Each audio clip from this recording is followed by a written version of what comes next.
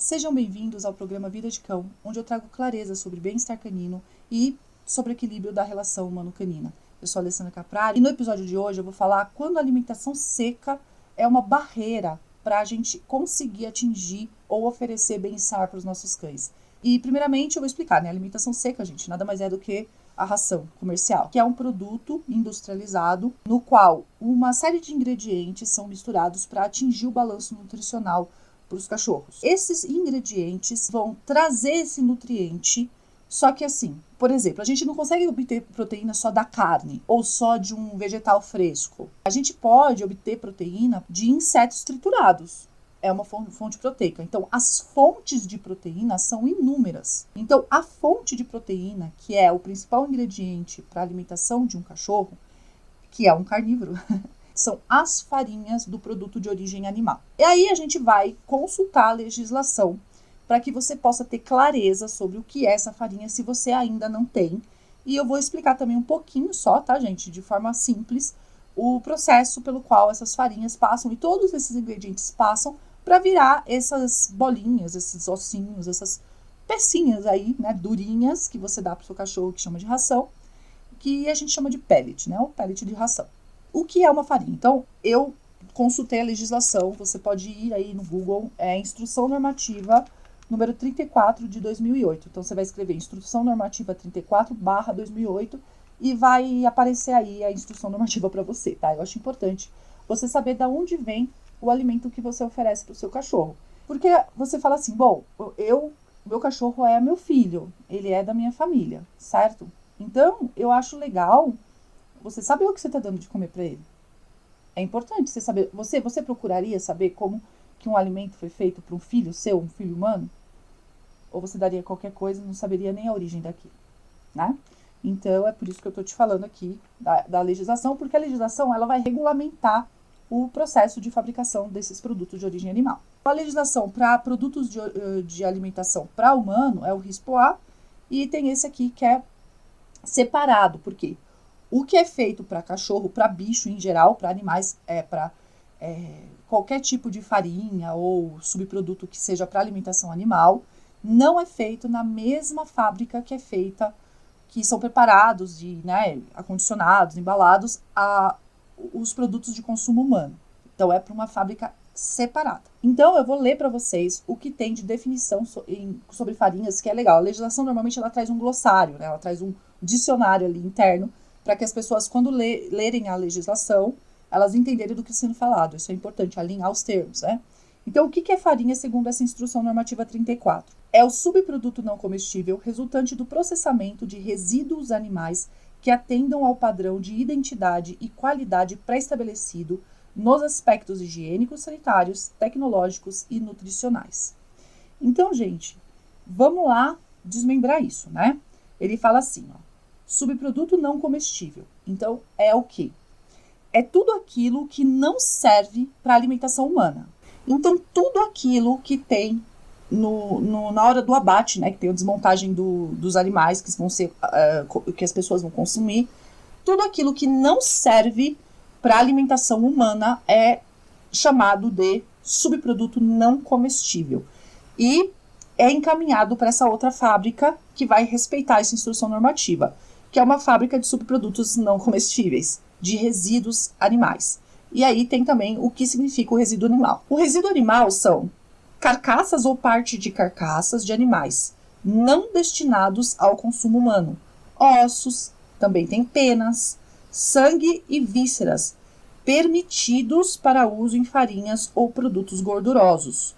Essas partes desse boi, então tem os pelos, tem uma série de coisas. Essas partes, elas são retiradas do lugar onde vão ser processados os produtos comestíveis, né, que são destinados para alimentação humana, e eles vão ser acondicionados, transportados para uma outra fábrica para serem transformados em farinha. Nesse trajeto, tem que ter uma série de questões sanitárias ali envolvidas no caminhão que vai transportar, na chegada, no estabelecimento, e esse produto tem que ser processado em até 24 horas. Então, tem tudo isso na instrução normativa. Por que eu estou falando isso? Porque é importante você entender que no processo de fabricação de alguma coisa, existem pontos críticos ali onde pode ter erro, pode ter bastante erro. Então, quanto mais você manipula o ingrediente, a matéria-prima, mais erros podem acontecer. A gente chama isso de pontos críticos. Aí tem as boas práticas, tem uma série de coisas, gente, que é dessa parte da veterinária, tá? Não só de veterinária, tem ponto crítico na fabricação de qualquer coisa, inclusive de alguma coisa, de um bolo na sua casa, tem pontos críticos ali, tá? Aí esse produto chega lá e ele tem que ser processado em 24 horas. Aí beleza, fez a farinha, não sei o que, no próprio processo de fazer a farinha tem alguns outros procedimentos que pode dar erro ali, e se a farinha for vendida e ela for devolvida, ela não pode ser colocada de novo junto com as outras farinhas, ela tem que ser guardada num lugar à parte. Então, isso também é um ponto crítico, porque o cara ele pode pegar isso aí e vender de novo, entendeu? Então, por que são pontos críticos? Que depende de fiscalização, depende do bom senso da pessoa que está fazendo. A gente sabe que as pessoas são difíceis, né? Ser humano.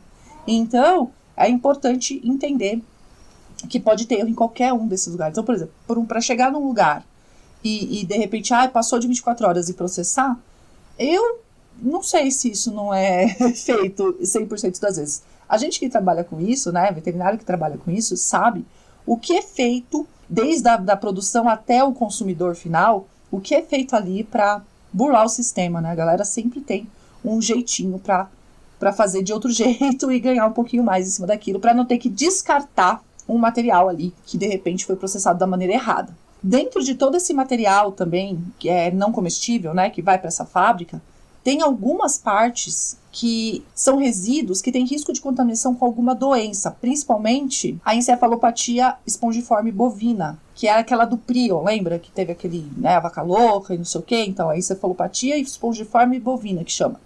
E aí tem, nessa fábrica também vai esse material, que não vai ser destinado para farinha, não é permitido. E aí isso é um outro ponto crítico, mas o material tá ali. Aí eles têm que separar e destinar para a fabricação de outras coisas que não são comestíveis e que nem é para alimentação animal. E tudo isso é processado ali naquele ambiente. Claro que tem toda a legislação ali, né? Tem que ter salas separadas e tananã. Então, tudo é determinado na legislação. Aí, gente, como que é o processo de fabricação da farinha? Essas matérias-primas aí do resíduo animal não comestível, do subproduto não comestível, eles vão passar por um processo de esterilização, que pode acontecer em alguns pontos ali do processo de fabricação. Tudo isso vai ser triturado, você vai tudo triturar, aquele monte de osso, pena, pedaço de tudo que você imagina ali dentro, vai ser triturado. As vísceras, né, que não foi destinado para consumo humano. Aí eles fazem o quê? Passam isso por cocção.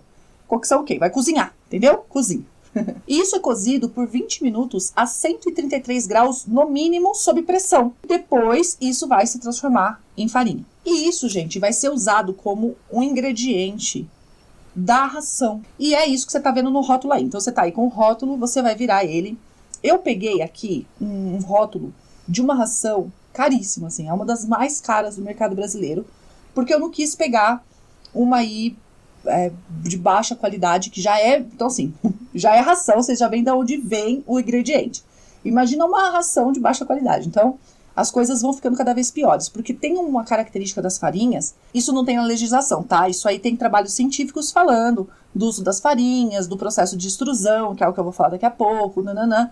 E uma das coisas que foi falado é que o problema das farinhas, como fonte de proteína animal, na ração, é justamente a não padronização da qualidade da fonte daquela farinha. Então, imagina, uma proteína que vem da pena, ela é a mesma proteína que vem de um pedaço de carne?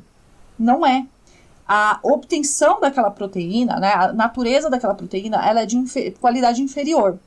E isso impacta na qualidade da disponibilidade daquela proteína para o animal usar, né, o corpo dele usar. Aí o que acontece? Essa ração, apesar dela ter um grau de proteína correto, ela não está disponível, entendeu? Essa proteína não está totalmente disponível para aquele animal usar dentro do corpo dele. Existe uma variação muito grande da qualidade dos ingredientes que vão ali. Então pode ser que um dia tenha mais pena do que víscera, que um dia tenha mais recorte de carne do que pena, entendeu? Então existe essa variação. Apesar de, no final, o grau de proteína tem que ser o mesmo. Lembra que eu falei que a farinha tem que ter lá tudo certinho em termos nutricionais também?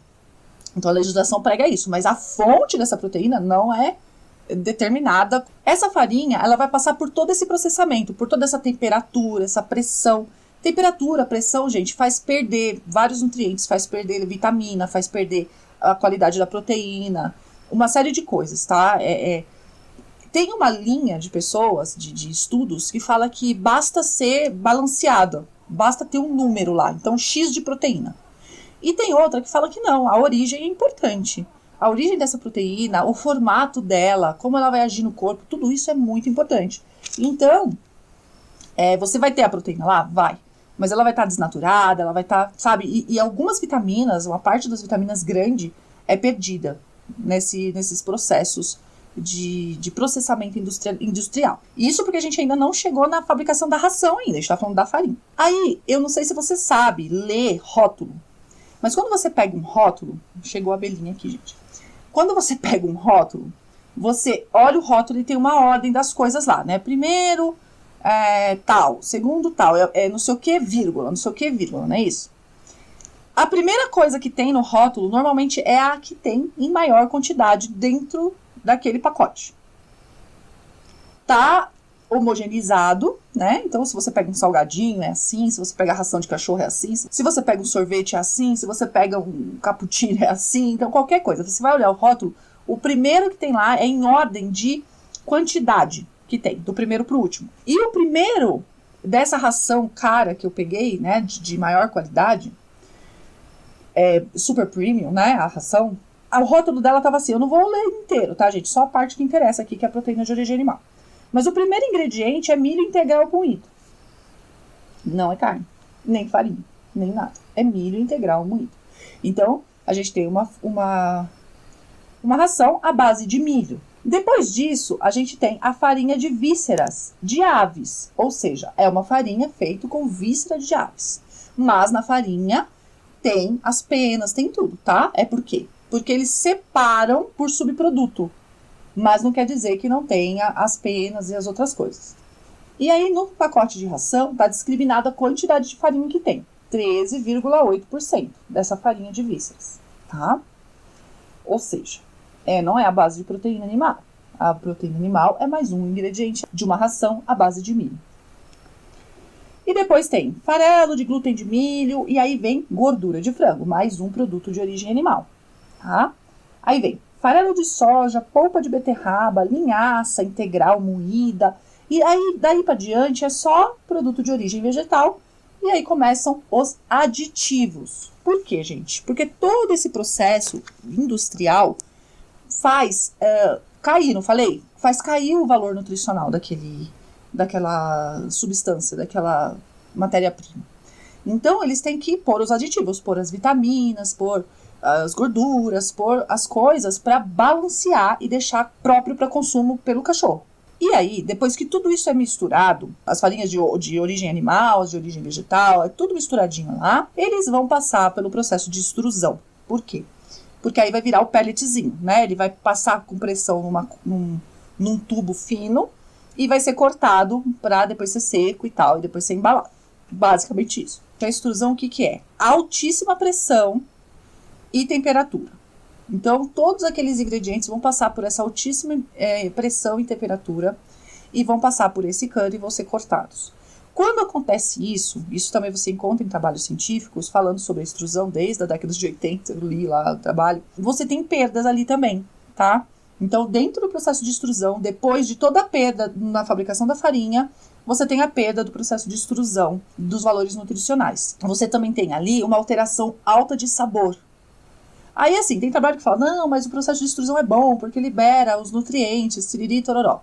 Mas existe essa perda nutricional e existe a perda de características de tudo. Então, o sabor altera inteiro. E aí, o que a gente já sabe, né, gente? Uma ração, um pellet de ração, ele é homogêneo em termos de formato, cor, sabor, odor, textura, tudo.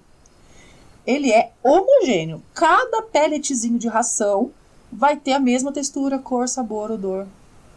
E é isso, é daquele tamanho. E isso, gente, eu chamo da fórmula do tédio canino, na parte da alimentação dele. Da fórmula do tédio sensorial canino, né? Porque sensorialmente ali, ele tá totalmente entediado. É a mesma coisa todo dia da vida.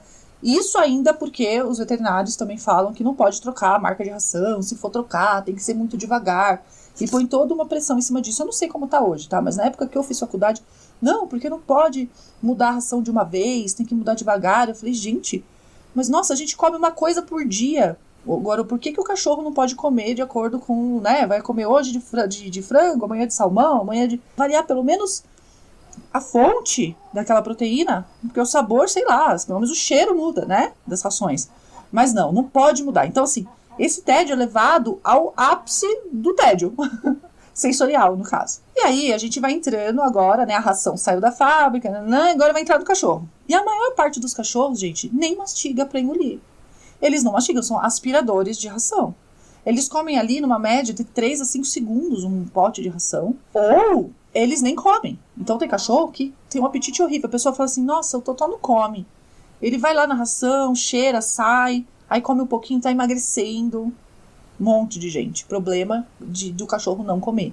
E aí, gente, esses cães que comem muito rápido, que não tem esse problema de apetite, eles costumam comer muito.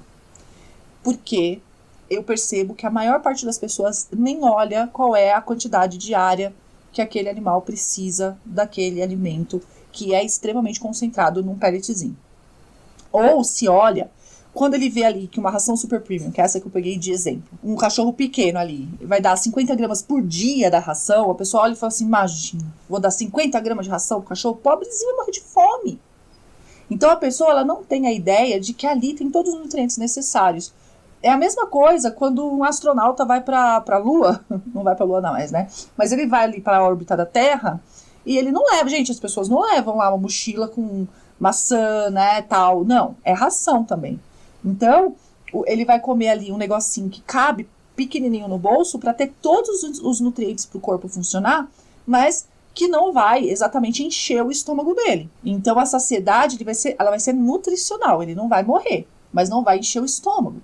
Então a pessoa não entende isso. E também que a ração incha em contato com a água. Ela sabe que incha, mas não processa isso na cabeça. Assim, puxa, isso vai inchar na barriga do cachorro assim que ele beber um pote de água depois, né? Porque o cachorro que come a ração seca, né? Que come alimentação seca, toma muita água, normalmente. E isso até é um risco.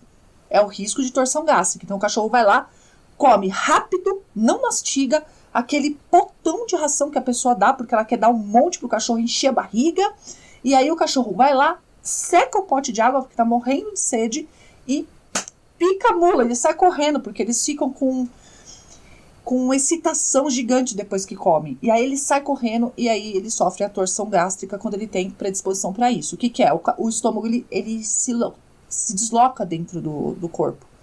E essa torção pode ser completa. Se for completa, são 24 horas e óbito, tá? Se não for, feita uma cirurgia de emergência para distorcer aquele estômago e fixá-lo de alguma forma dentro do cachorro. Isso tudo acontece com a ração e você que está me assistindo já deve ter experiência com alguma dessas coisas, se não todas, por causa da ração, por causa do jeito que o cachorro come.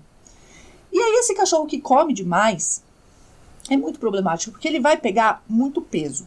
Cães não foram feitos para ter muito peso, gente. Não é legal. Cão obeso, ele fica pouco voltado para o ambiente. Ele fica entediado. Lembra que eu falei que é a fórmula do tédio sensorial? Ele fica com um tédio, aí a fórmula do tédio físico, do tédio de atividade mesmo, fora.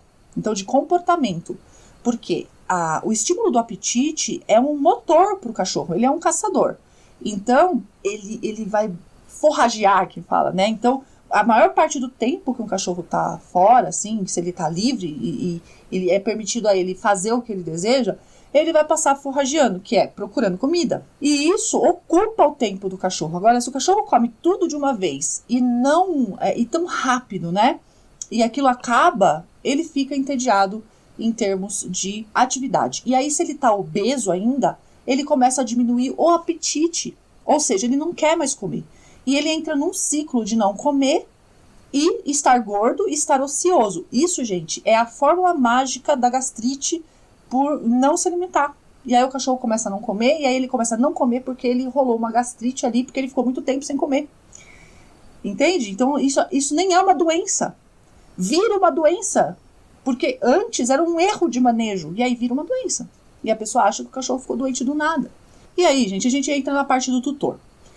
Muitos tutores que eu atendo sentem culpa por dar ração para o cachorro. E nem todos identificam essa culpa. Eu identifico a culpa por meio da forma que o tutor se expressa ali. Então, sabe aquele tutor que tá sempre dando um lanchinho? Então, tá sempre dando um petisquinho. Aí ele, ai, mas essa ração tão sem graça, vou dar um pedacinho de frango. Aí alguns dão a própria comida humana, o resto da comida humana, que tá temperado ali. Já vi gente que falou assim, nossa, minha mãe faz molho de macarrão super temperado, com aqueles temperos que nem a gente pode comer, nem a gente deveria comer. E aí ela põe tudo em cima da ração do cachorro para temperar a ração do cachorro. Entendeu? Então tem muita gente que faz isso, que põe comida humana pro cachorro para ficar mais, sabe, dá uma vida nessa comida. E tem aquelas pessoas que dão a ração, mais alguma coisa que ela prepara pro próprio cachorro. Então ela põe arroz, que ela prepara pro cachorro, ela põe cenoura, beterraba, põe frango. Ai, não, meu cachorro só come se eu desfiar frango em cima da comida dele. Porque essas pessoas, além da culpa que elas sentem por dar ração e a ração ser totalmente sem graça, e ela é mesmo, essas pessoas se sentem insuficientes. Elas não estão dando o melhor delas pro cachorro. Elas se sentem insuficientes por não cozinhar pro cachorro. Elas se sentem insuficientes porque elas não têm opção, elas não veem uma opção. E é exatamente isso que traz as consequências desastrosas. Então, tanto da pessoa que põe muita comida pro cachorro, quanto dessa que fica dando a mais, alimentos a mais. Porque esse cachorro vai ficar gordo e ele vai ficar ocioso e aquele ciclo vai começar e vai ser um horror para ele. E veja, gente, eu não tô falando aqui de balanço nutricional. Lembra, lá no começo do vídeo eu falei, não tem nada a ver com balanço nutricional. O número tá certo ali. E eu não tô falando aqui em termos numéricos. A minha pauta aqui não é ir lá olhar a ração se ele tá numericamente correta para alimentação do cachorro. O que eu falo aqui é da nutrição do ser como um todo. A nutrição do corpo dele, que não é uma máquina que você só vai lá e põe o combustível padronizado para ela funcionar, e a nutrição da alma dele, que são as emoções, a ancestralidade e a essência daquele bicho, daquela espécie. E isso pensando tanto no cachorro quanto no tutor, porque é necessário nutrir a relação, e a relação é formada de tutor e cachorro. Porque aqui eu falo com tutores amigos da natureza canina, com tutores amigos do cachorro. E de como levar essas pessoas para mais perto de uma sensação de satisfação, de realmente estar fazendo melhor. Eu mesma, gente, quando eu era tutora e não veterinária, eu me sentia muito insuficiente com meus cachorros. Eu via aqueles cachorros comendo aquela ração e sempre doente, e sempre sem apetite. Eu tinha 3, né? Então 2 eram mais meus e a outra ficava mais dentro de casa, era meu pai mais que cuidava. Eu via aqueles cachorros comendo aquela ração e sem apetite. Então o mais velhinho, ele não comia. Você punha a ração, ele ficava lá, olhava, encarava aquela ração. Aí o outro vinha querer comer a ração dele, ele rosnava. E eu olhava aquilo e aquela ração e aquele cheiro, gente. Eu tenho um ranço de cheiro de ração. E aquilo me deixava muito triste. E o que eu fazia? Eu ia lá e comprava a melhor ração, tá? Era a mais cara naquela época. Já faz bastante tempo, tá, gente? E mesmo assim, sabe, eu pegava aquele negócio oleoso, assim, rançoso. Não era rançoso porque não é rançoso, tá? Mas era oleoso. Você pegava aquele negócio cheio de óleo e o cachorro, né, engolindo aquilo. Enfim, aquilo me deixava mal. Até que um dia eu conheci uma veterinária que me falou assim, por que você não dá alimentação natural pro seu cachorro? Pronto, entendeu? Aí eu falei assim, caramba, tem isso? Eu posso dar alimentação natural? Porque na minha cabeça, cachorro tinha que comer ração. Veja, essa é a cultura que nós temos. O que é comida de cachorro? Pergunta para uma criança.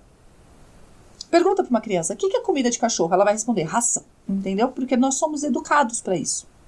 E aí, quando eu descobri a alimentação natural, que não era dar resto de comida, porque eu fui criada numa família que fazia polenta pro cachorro. Então, é engraçado, né? Que aí o veterinário falava assim, não pode dar polenta pro cachorro. Minha avó fazia polenta e colocava pescoço, carcaça de frango. Carcaça é o dorso. É que hoje em dia as pessoas não comem, a não ser que pegue o frango inteiro, elas não compram uma carcaça para comer. Mas eu venho de uma família muito pobre.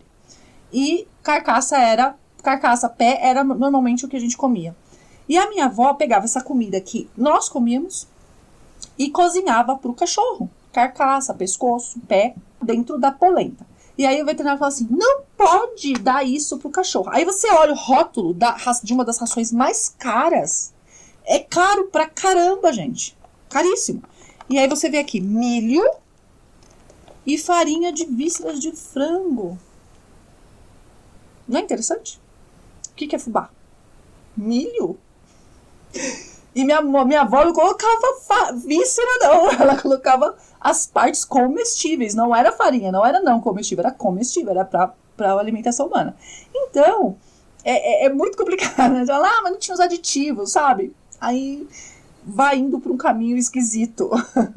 Mas eu acho divertido pensar nessas coisas, né? Que você fala, bom, não pode aqui, por que pode ali? Não entendi. Não que eu esteja falando aqui que a polenta cozida com frango seja bom, tá, gente? Porque o processo de cocção, de cozinhar as coisas, perde as vitaminas mesmo, tá? Então as vitaminas que são as vitaminas que precisam de menos quantidade, mas que esse menos precisa estar presente, senão o cachorro ele tem deficiência daquela vitamina, elas são perdidas nesse processo de cozimento.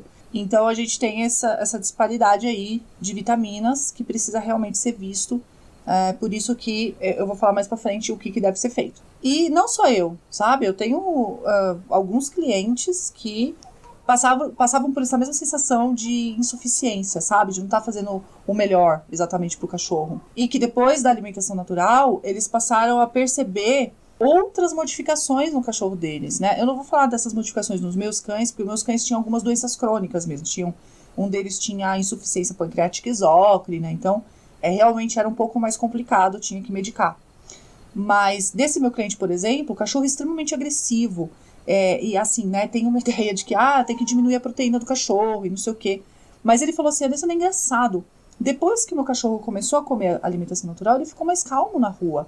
Ele passeia, ele não fica mais... Nossa, ele ficava alucinado, não podia chegar ninguém perto. Hoje não mais, ele fica tranquilo. E ele também tinha dificuldade de ganhar peso, ele está ganhando peso. Então você vê que existem ganhos colaterais que vão além dessa parte numérica nutricional. Existe uma parte aí emocional envolvida, tanto do tutor quanto do cachorro. E aí as pessoas, elas têm algumas estratégias para lidar com essa frustração, tá, gente? Eu já falei de algumas delas, mas eu vou aqui falar quais são as estratégias que as pessoas usam quando elas se sentem frustradas, que elas não estão dando o melhor delas, que elas têm essa sensação, mas não a consciência da sensação. Então, por exemplo, é uma pessoa que fica trocando a ração do cachorro. Ele não tá comendo, então vou comprar outra ração. Aí passa por todo aquele desmame de ração, aí compra 2, 3 sacos e não sei o quê, e aí fica passando, dando outras rações. Mas não funciona, porque na verdade tem alguns casos que o problema é a própria ração, que a pessoa acha que a ração é um negócio ruim mesmo. Aí tem outros tutores que vão dar comida na boca do cachorro. Gente, isso é um terror, porque o cachorro ele aprende a fazer greve de fome para que o tutor dê a comida na boca dele, porque quem me acompanha sabe que a atenção humana é muito importante para o cachorro. Então, se você dá atenção para ele a ponto de dar comidinha na boca e ele aprende que se ele fizer greve de fome, ele ganha comida na boca, olha o que você está ensinando para o seu cachorro, olha o que você está recompensando. E aí, você fala assim, então tá bom, então eu vou parar de dar comida na boca dele. Aí ele não come. Quanto tempo você vai aguentar ele não comendo e você não dando comida na boca? Então, nem comece com essa ideia de dar comida na boca do cachorro. Você vai se enfiar num problema gigantesco, porque tem um tal de extinction burst aí, que quando a gente começa a frustrar o cachorro, ou qualquer, até ser humano, tá? A frustração gera o extinction burst, que é, que é o gráfico, né? Que é o padrão de extinção de um comportamento. Gente, quer dizer o quê? Que o comportamento tem um pico antes de extinguir. E qual que é o comportamento? Greve de fome. E aí? Você vai aguentar o seu cachorro sem comer? Às vezes nem pode, não deve fazer isso. Então nem comece a dar comida na boca do cachorro, pelo amor. Aí tem outras pessoas que por culpa deixam lá a comida à disposição. Eu não vou, tadinho do meu cachorro. Aí enche o pote e deixa à disposição. Porque coitado, já é ruim essa comida e ainda tem que comer só quando eu quero e não sei o quê. Aí, o que acontece? O cachorro come cada vez menos e a pessoa nem tem controle daquilo. Na verdade, essa atitude é só pra pessoa se sentir bem. Porque ela vai lá e completa o pote, na verdade ela não sabe se o cachorro tá comendo ou não tá comendo. E aí, esse cachorro, normalmente, ele tem uma ingestão completamente descontrolada daquela ração. Lembra que eu falei que se o cachorro come um monte de ração ao mesmo tempo e toma um monte de água, ele corre o risco de ter uma torção gástrica? Então, você aumenta esse risco. Porque tem cachorro que, por exemplo, põe lá, deixa a ração o dia inteiro lá pro cachorro. Ele não come. Aí o tutor chega, porque ele tem ansiedade de separação. Aí o tutor chega em casa, ele vai lá e come toda a ração de uma vez. E bebe toda a água.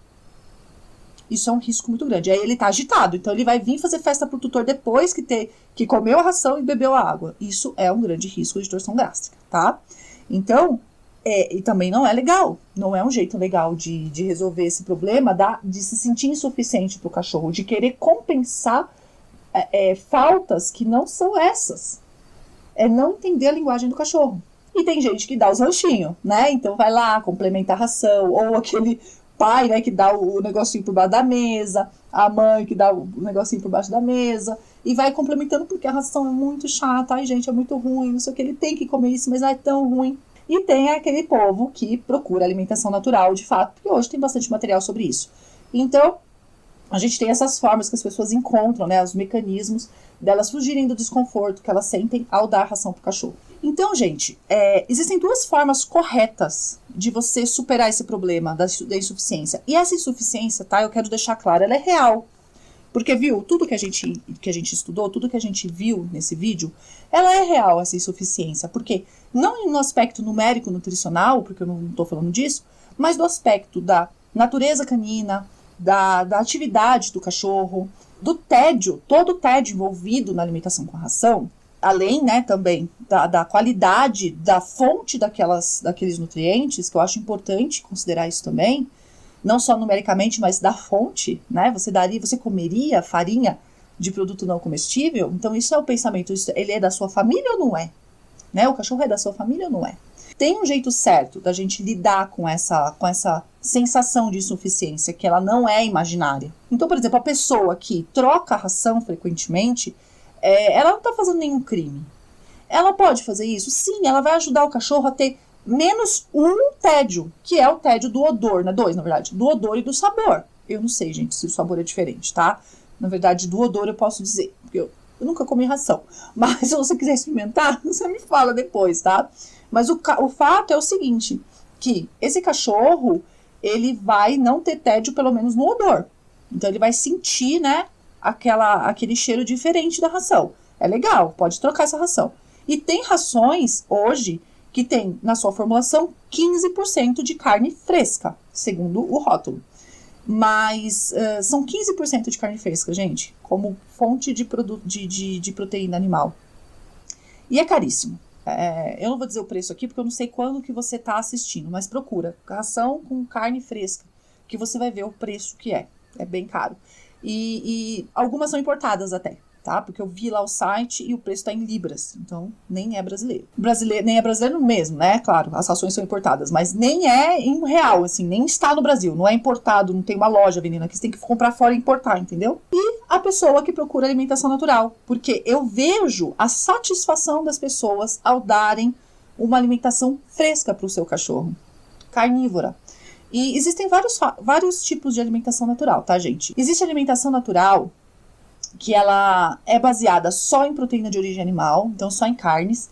E tem a alimentação natural que é baseada em vegetais e alguns aditivos também.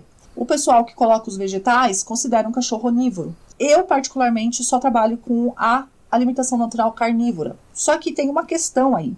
O osso só pode ser ingerido pelo cachorro se ele for cru. Tá? Então, isso eu acho muito importante falar. O osso só pode ser ingerido pelo cachorro se ele for cru. E ele deve ser ingerido inteiro. Então, a alimentação natural ela deve ser dada em pedaços grandes, maiores do que o cachorro consegue engolir direto. Porque a ideia ali, gente, que é uma coisa também que a ração não faz, que é limpar os dentes. Então, o cachorro ele engole direto a ração e ele não limpa os dentes. Ele não mastiga. Então, a pessoa está escrito assim, o pellet é maior, mas o cachorro não mastiga. E outra, o ato de limpar ou de evitar a deposição de tártaro, né, o tártaro crescer no dente, é remover a placa de bactéria. Para isso, o cachorro tem que morder alguma coisa macia, em que ele enfie o dente, e o dente seja completamente coberto por aquela substância que ele está enfiando no dente. Se eu dou uma alimentação que ela é crocante, assim que ele enfia o dente, ela explode, ela quebra. É por isso que é crocante, ela faz isso, ela quebra. E o dente não enfia, então não limpa dente. Coisas crocantes não limpam dente, gente. E para limpar, precisa ser macio, para ele enfiar o dente ali. E abrasivo. Então, assim, a carne, ela é o ideal da abrasão? Não. Quando o cachorro caça uma presa, ali tem o pelo, tudo. O pelo é mais abrasivo. Então, ele acaba limpando melhor o dente. Mas é muito melhor uma carne do que um pellet de ração. Então, tem essas vantagens, né? Todas, da própria saúde bucal do cachorro, dele ser um carnívoro e a carne ser a alimentação perfeita para ele absorver melhor aqueles nutrientes, né? E dele gastar mais tempo comendo. Então, ele vai ficar mais tempo comendo. Você vai dar pedaços grandes, inteiros, para ele mastigar, cortar, usar todos os dentes, porque o cão tem dentes que cortam, trituram. Então, ele vai usar os dentes de forma completa, né? Vai usar a musculatura da cabeça, porque precisa fazer um esforço, tá? Por favor, gente, não duvida da capacidade do seu cachorro, não inutilize o seu cachorro, sabe? Acredita na potência dele. E ele vai mastigar aquilo e vai levar mais tempo para engolir. Vai tomar menos água e vai comer uma quantidade maior, visualmente maior. Por quê? O alimento fresco, ele vem com água. Então, ele dá uma sensação de ser mais comida. Então, você está pondo mais comida pro cachorro.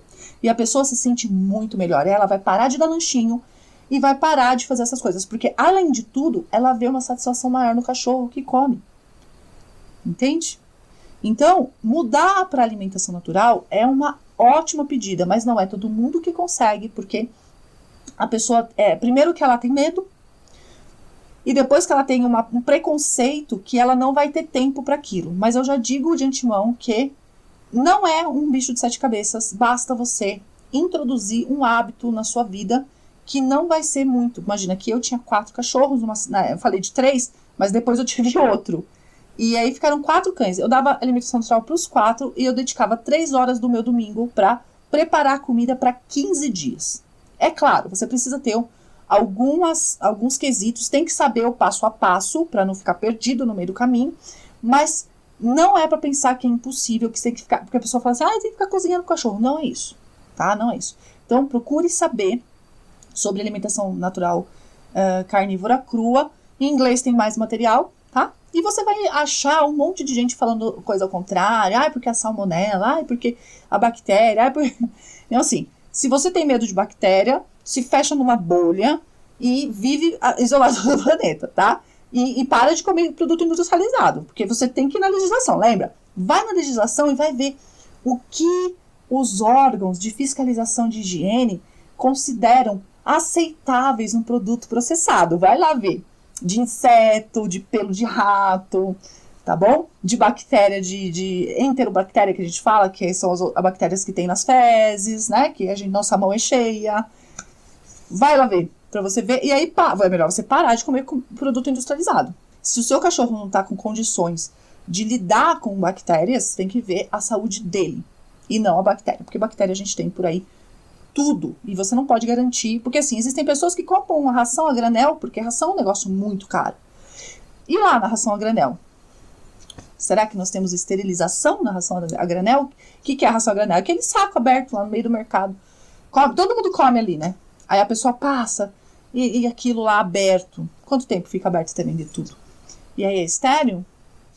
Então dizer que tem salmonela na carne, veja, né, a procedência da carne. Você não vai pegar a carne no tiozinho da esquina que abate o porco na frente da casa, né?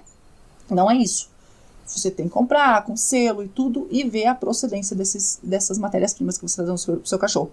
E aí você vai ter um maior controle da origem da proteína que você está alimentando seu cachorro, das vitaminas, você vai saber a origem. Alessandra, não sei onde foi abatido, mas com certeza você vai saber muito mais do que se você comprar um pacote de ração dentro de tudo que eu já falei para você. Um pacote de ração, você não sabe nada dali. Muito obrigada por assistir e a gente se vê no próximo episódio.